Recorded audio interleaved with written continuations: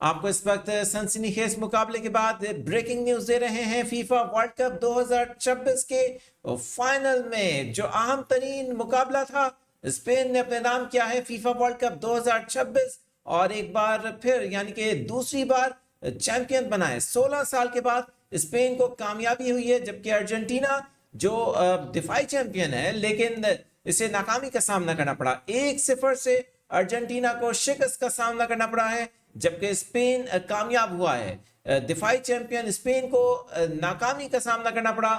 FIFA world cup 2026 کے final match میں اہم مقابلے کے بعد جو پاکستانی وقت کے مطابق رات 12 بجے میچ شروع ہوا اور جو پاکستان کے مختلف شہر ہیں وہاں پر بھی سکرینز لگائی گئی تھی۔